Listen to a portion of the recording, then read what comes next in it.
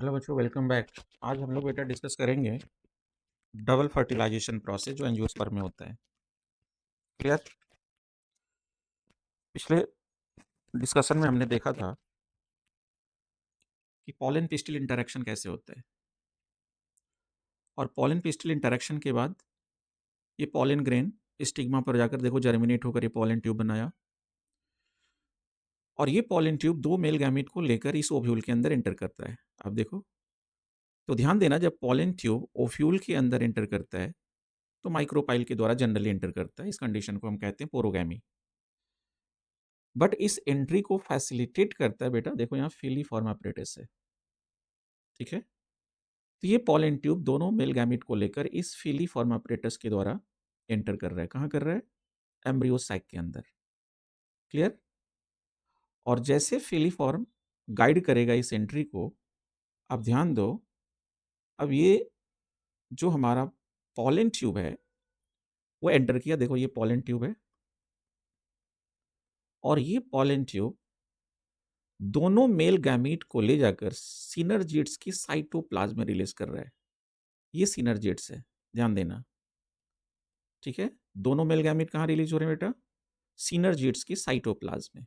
ठीक है, अब एक मेल गैमीट इस सिनर्जिड से पास होकर देखो एक सेल की तरफ मूव कर रहा है, क्योंकि पहले भी हमने डिस्कशन किया है कि जैसे ये सिनर्जिड्स है और एक सेल है ये, तो सिनर्जिड्स और एक के बीच में प्लाज्मोडेस्मेटल कनेक्शन होता है, आपको पता है।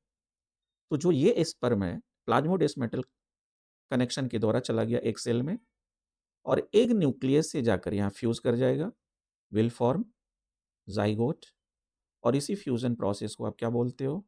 Syngamy condition. क्लियर? जबकि दूसरी मेल गैमीट, ये जो मेल गैमीट आप देख रहे हो, ये भी प्लाज्मोडेस्मेटल कनेक्शन से चला जाएगा सेंट्रल सेल में, और ये पोलर न्यूक्लियाई आप देख रहे हो, पोलर न्यूक्लियाई। तो बेटा इस मेल गैमीट के फ्यूज होने से पहले ये दोनों पोलर न्यूक्लियाई फ्यूज हो जाता है। दैट इज वाई इसे हम सेकेंडरी न्यूक्लियस भी बोलते हैं। क्या बोलेंगे? Secondary nucleus.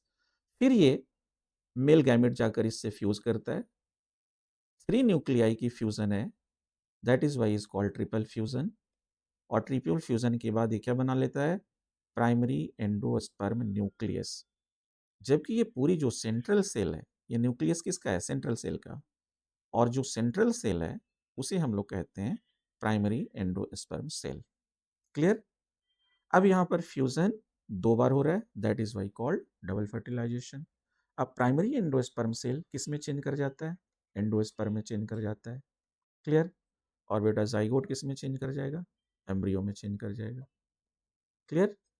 ठीक है, तो अब देखते हैं हमारी एनसीईआरटी क्या कहती है। आ जाओ देखते हैं यहाँ एनसीईआरटी की लैंग्वेज। ये आ गए हम लोग एनसीईआरटी में। ठीक है, देखो नाउ बेटा, देखो यहाँ, after entering one of the synergids, the pollen tube release the two male gametes into the cytoplasm of the synergids. अभी देखा हमने कहाँ रिलीज होगा? साइटोप्लाज्म में। One of the male gamete move towards the egg cell and fuses with its nucleus, thus completing the syngamy. True fusion हुआ, इसी को कहा हमने syngamy. This result in the formation of zygote. And the other male gamete move towards the two polar nuclei located in the central cell and fuse with them to produce primary endosperm nucleus. यही पढ़ा था हमने। ठीक है, as this involve the fusion of 3 haploid nuclei, that is why is called triple fusion. that means PEN बनता है क्यों? 3 nuclei के fusion से, that is why is the result of triple fusion. Clear है यहाँ? Since the two types of fusion, syngamy and triple fusion, take place in an embryo sac, therefore this phenomenon is known as double fertilization. यही देखा था, and this is the unique to the flowering plant. Clear? आप देखो यहाँ, central cell after triple fusion become primary endosperm cell and develops into the endosperm, while the zygote develops into embryo. Clear हुआ? तो जब zygote embryo में change होता है, PEC endosperm में चेंज हो जाता है, तो इसी प्रोसेस को हम लोग बोलते हैं पोस्ट फर्टिलाइजेशन इवेंट्स। क्लियर है? तो अब देखो पोस्ट फर्टिलाइजेशन इवेंट में क्या क्या कंडीशन आ सकता है हमारे पास, आप देखो यहाँ 3-4 कंडीशन आ सकते हैं बेटे, यहाँ क्लियर है। नाउ आप देखो post fertilisation structure and event. क्या हुआ डबल फर्टिलाइजेशन में? Event of endosperm and the embryo development. दो इवेंट हुआ, maturation of ovule into the seed. Ovule किस में चेंज होगा? सीड में। और बेटा ओवरी किस में चेंज हो जाएगा? फ्रूट में। इन सभी को कलेक्टिवली हम क्या बोलते हैं? Post fertilisation event. तो अब देखो कंडीशन क्या क्या होता है, इस कुछ बातें याद रखना। जैसे फर्स्ट कंडीशन हुआ हमारा कि वन मेल गैमेट फ्यूज कर रहा है किससे? एग सेल से। और बेटा ये बनाया था जाइगोट, और जाइगोट किस में चेंज हो गया? एम्ब्रियो में। तो अब यहाँ पर डेरिवेटिव क्वेश्चंस क्या हैं देखो, इसकी प्लॉइडी क्या होगी? एन। इसकी प्लॉइडी क्या होगी? एन। तो जाइगोट की प्लॉइडी क्या होगी बेटा? 2n। एम्ब्रियो की प्लॉइडी 2n। बट ध्यान रखना है कि जाइगोट हमेशा क्या होता है? सिंगल सेल्ड होता है, जबकि embryo multicellular diploid structure है। क्लियर? सेकेंड इवेंट में हम लोग देखते हैं अदर मेल गैमीट। ध्यान दो, अदर मेल गैमीट किसके साथ फ्यूज कर रहा है बेटा? पोलर न्यूक्लियाई के साथ, जिसे हम सेकेंडरी न्यूक्लियस भी बोलते हैं। और क्या बनाया? PEN और PEC। फिर बाद में क्या बनाएगा? एंडोस्पर्म बना देगा। क्लियर? तो अब इसकी प्लॉइडी क्या हो गई? N। इसकी प्लॉइडी देखो 2n। यहाँ पर आपको पता है 3n है, और endosperm 3n multi cellular structure है। क्लियर हुआ यहाँ? ठीक है। अनदर इवेंट में आते हैं। अनदर इवेंट में आप देखो क्या होगा। थर्ड कंडीशन, हमारा ओव्यूल किस में चेंज होगा? सीड में चेंज होगा। इसकी प्लॉइडी क्या हो गई? 2n multi cellular structure. इसकी प्लॉइडी क्या होगी? 2n multi cellular structure again. And next development हमारा ओवरी किस में चेंज हो जाएगा? फ्रूट में चेंज होगा। क्लियर है? तो ये भी diploid structure multicellular, diploid structure multicellular. ये 4 इवेंट हुए, और इसी को हम लोग कहेंगे पोस्ट फर्टिलाइजेशन इवेंट। तो अब इस पोस्ट फर्टिलाइजेशन इवेंट में आपसे ये पूछा गया है कि ये जो 4 स्ट्रक्चर बन रहे हैं, एम्ब्रियो, एंडोस्पर्म, सीड, फ्रूट, तो सबसे पहले किसका डेवलपमेंट होगा? तो आप ध्यान रखना, सबसे पहले एंडोस्पर्म बनता है, क्योंकि एंडोस्पर्म एम्ब्रियो को न्यूट्रिशन प्रोवाइड करता है। तो जब तक कुछ पार्ट एंडोस्पर्म के डेवलप नहीं हो जाते हैं, एम्ब्रियो की फॉर्मेशन शुरू नहीं होती। देन उसके बाद क्या बनेगा? एम्ब्रियो। फिर डेवलप्ड होगा क्या बेटा? सीड। और सबसे लास्ट में डेवलप्ड होता है फ्रूट। तो क्लियर हुआ? ठीक है। अभी हमने देखा कि पोस्ट फर्टिलाइजेशन डेवलपमेंट में बेटा सबसे पहले एंडोस्पर्म की डेवलपमेंट होती है, फिर एम्ब्रियोजेनिया स्टार्ट होता है, फिर उसके बाद सीड बनते हैं, फ्रूट बनते हैं। तो अभी देखो हम लोग देखेंगे कि एंडोस्पर्म कैसे बनना शुरू होता है।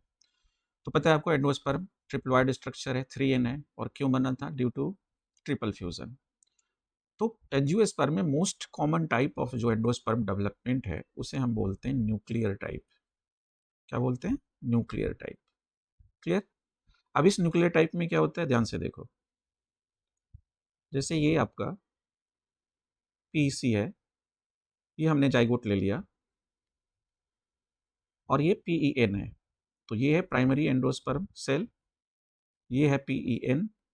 तो ध्यान देना, PEN repeated free nuclear division में जाता है। कैरियोकाइनेसिस होगा, सिर्फ साइटोकाइनेसिस नहीं होगा। और इस फ्री न्यूक्लियर डिवीजन के कारण बहुत सारे न्यूक्लियाई बन जाते हैं। यहाँ बहुत सारे न्यूक्लियाई बन गए, दिख रहा है? ठीक है। उसके बाद जैसे ही सेल की साइज बढ़ती है बेटा, यहाँ बीच में वैक्यूल अपीयर हो जाता है। यहाँ बीच में वैक्यूल अपीयर हो जाता है, और सारे न्यूक्लियाई पेरीफेलर मैनर में अरेंज हो जाते हैं इस तरह। क्लियर? ये आपका वैक्यूल है। लेटर ऑन, बाद में ये जितने फ्री न्यूक्लियर डिवीजन हुआ है सभी वॉल फॉर्मेशन को फॉलो करेगा, दैट मीन साइटोकाइनेसिस को फॉलो करेगा, और मल्टी सेलुलर स्ट्रक्चर बना लेगा। क्लियर? तो ध्यान रखना कि जैसे कुछ पोर्शन एंडोस्पर्म के बन जाते हैं, एम्ब्रियो की डेवलपमेंट शुरू हो जाती है। इसीलिए हमने यहाँ शो कर दिया एम्ब्रियो, और ये सारे मल्टी सेलुलर स्ट्रक्चर हो गए एंडोस्पर्म के, जबकि ये दोनों कंडीशन में क्या दिख रहा है, जाइगोट। क्लियर? तो पहले फ्री न्यूक्लियर डिवीजन, देन उसके बाद यहाँ साइटोकाइनेसिस हुआ और multi cellular ball shaped structure बन गया। तो न्यूक्लियर टाइप ध्यान रखना, एंजियोस्पर्म में most common type of development है। क्लियर? और एग्जाम्पल की बात करें तो आप ले सकते हो मोस्ट कॉमन स्पेसिस में राइस, मेज, सीरियल्स, सीरियल सिंबल की सभी आ गए, वीट वगैरह सभी आ गए, ठीक है। बट दो कंडीशन आप लोग याद रखना कि एक है कोकोनट मिल्क एंड दूसरी है बेटा कोकोनट मील। क्लियर? अब कोकोनट मिल्क में क्या होगा कि ये दो कंडीशन हो सकते हैं, फ्री न्यूक्लियर डिवीजन या वैक्यूलेटेड फ्री न्यूक्लियाई में जाकर रुक जाएगा। ये साइटोकाइनेसिस को फॉलो नहीं करता, ये ध्यान रखना है। यही रीजन है कि कोकोनट के अंदर जो आप पानी देखते हो वो क्या है, हमारा साइटोसॉल है, फ्री न्यूक्लियाई है। क्लियर? जबकि मील में हमारा जो एंडोस्पर्म है मल्टी सेलुलर बन जाता है from the outside of the embryo side. तो this is the multicellular from outside of embryo side. तो ये करेक्टर हुआ मिल का। क्लियर? और कोकोनट मिल्क में ध्यान रखना सिर्फ फ्री न्यूक्लियर डिवीजन होता है, साइटोकाइनेसिस कभी फॉलो नहीं होता। क्लियर है? अब हम लोग देख लेते हैं कि हमारी एनसीईआरटी इस डेवलपमेंट के बारे में क्या कहती है। देखो बेटा, ये एनसीईआरटी एंडोस्पर्म, देखो यहाँ endosperm development proceed embryo development. Why? अभी देखा, क्योंकि एम्ब्रियो डेवलपमेंट के लिए बेटा एनर्जी चाहिए, इसीलिए कुछ पार्ट एंडोस्पर्म की पहले डेवलप्ड हो जाते हैं, फिर एम्ब्रियोजेनी स्टार्ट होगा। The primary endosperm cell divide repeatedly and form triploid endosperm tissues. Clear? The cells of these tissues are filled with the reserve food material and are used for the nutrition of the developing embryo. Clear है यहाँ? In the most common type of endosperm development, और इस most common type को ही हमने क्या कहा, nuclear type बोला है। क्लियर है? The PEN undergoes successive nuclear division to give rise to free nuclei. देखा भी? This stage of endosperm development is called free nuclear endosperm. Subsequently, the cell wall formation occurs and the endosperm becomes cellular. Clear? Multicellular हो गया। अब देखो example दे रखा है, number of free nuclei formed before cellularization varies greatly and the coconut water from the tender coconut that you are familiar with, it's nothing but free nuclear endosperm made up of thousands of nuclei। अभी पढ़ा हमने कि coconut के अंदर जो पानी बच जाता है वहाँ साइटोकाइनेसिस नहीं होता, इसीलिए वो फ्री न्यूक्लियर डिवीजन का रिजल्टेंट है। क्लियर है? And the surrounding white kernel is the cellular type. तो देखा आप लोगों ने किस तरह का डेवलपमेंट हुआ। ठीक है, थैंक यू एवरीवन।